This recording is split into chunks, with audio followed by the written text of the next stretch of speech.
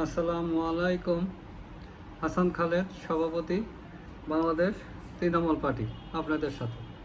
দর্শক শ্রোতা, আজকে আপনাদের সাথে কথা বলবো। এই কথাটা এখন খুব প্রত্যেক দিনই ধ্বনিত হচ্ছে। এটা ৭২ সালের সংবিধানকে ছুঁড়ে ফেলে দেবে। একটা ক্ষুদ্র অংশ, এটা বড় অংশ না, ক্ষুদ্র অংশ। তারা এটাকে ছুঁড়ে ফেলে দেবে। তারা পার্লামেন্টেও আছে। তো পার্লামেন্টে আরেকটা দল আছে, বড় দল, সরকারি দল। তারা তো এটা ছুঁড়ে ফেলে দিতে চায় না। তাদের মধ্যেই কিন্তু দ্বন্দ্ব হবে, দেখবেন। যারা ক্ষুদ্র দলটা যারা ছুঁড়ে ফেলতে চায়, তারা হয়তো ৩% জনসংখ্যায়, ইয়ার আসনের দিক দিয়ে না, আসন ভোট কিন্তু ঠিক হয় নাই। আবার ওইটার জনসংখ্যা বেশি আছে, ২৬-২৭% জনসংখ্যা আছে সরকারি দলের। তাহলে ওদের ভিতরেই দ্বন্দ্ব শুরু হয়ে গেছে। আর বৃহৎ অংশ যারা ৭২ সালের সংবিধানকে, ওইখানে দুইটা গ্রুপের মধ্যে ছোট গ্রুপটা ৭২ সালের সংবিধানকে ছুঁড়ে ফেলতে চায়, বড় গ্রুপটা ৭২ সালের সংবিধানকে আঁকড়ে ধরে রাখতে চায়। কারণ এরা টোটালি ৩০% লোক বাংলাদেশে। আর এই ৭০% লোক যে আছে, তারা ৭২ সালের সংবিধানকে বিলং করে এবং এটাকে ধরে রাখতে চায়।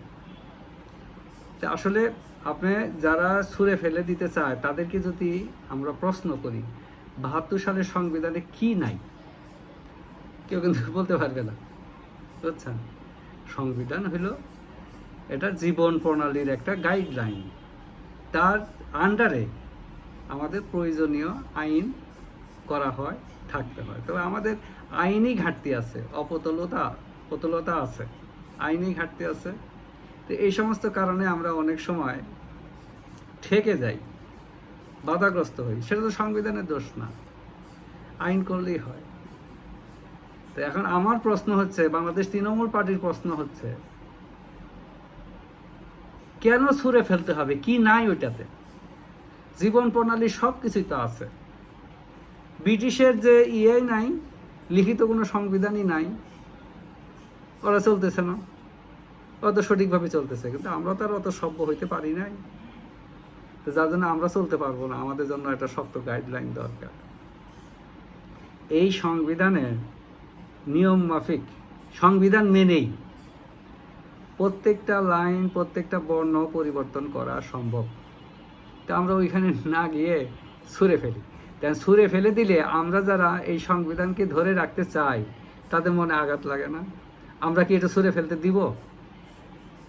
এই ৩০ লক্ষ লোকের রক্তের বিনিময়ে ২ লক্ষ আমাদের মা বোনদেরকে নির্যাতন করা হয়েছে, কত মুক্তিযোদ্ধাদেরকে পঙ্গু করা হয়েছে, কত ঘর বাড়ি জ্বালিয়ে দেওয়া হয়েছে।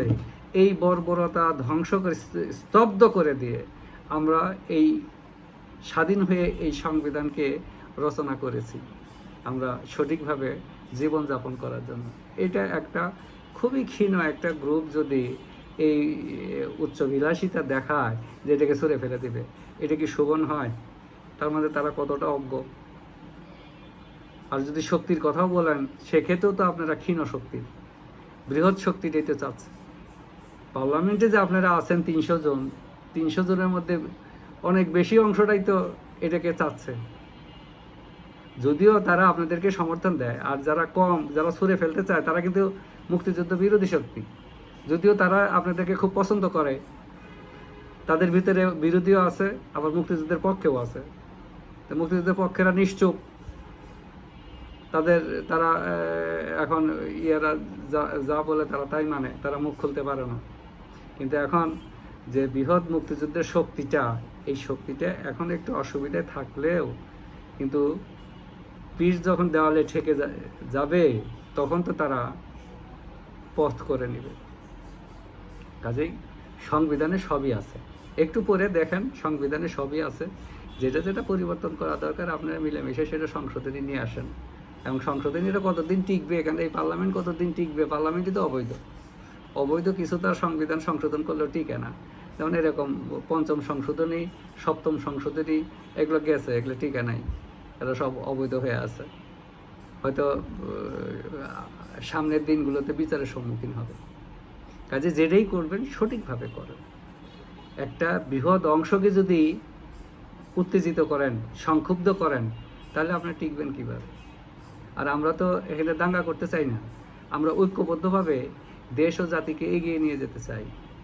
কারণ আমরা যে চেতনায় আমাদের মুক্তিযুদ্ধ হয়েছিল, আমরা স্বাধীন হয়েছিল, সেটা হলো উন্নত জীবন। আমাদের জীবনটা হবে উন্নত।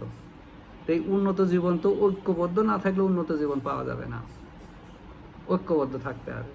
অর্থনীতি, দেশের উন্নয়ন, মানবিক উন্নয়ন সব ঐক্যবদ্ধ না হলে হবে না। আর সবচেয়ে বড় কথা হলো বাংলাদেশে ইদানিং দেখা যাচ্ছে এদের ভিতরে রেসপেক্ট নাই, আর আইন মানতে চায় না, কেউ আইন মানতে চায় না।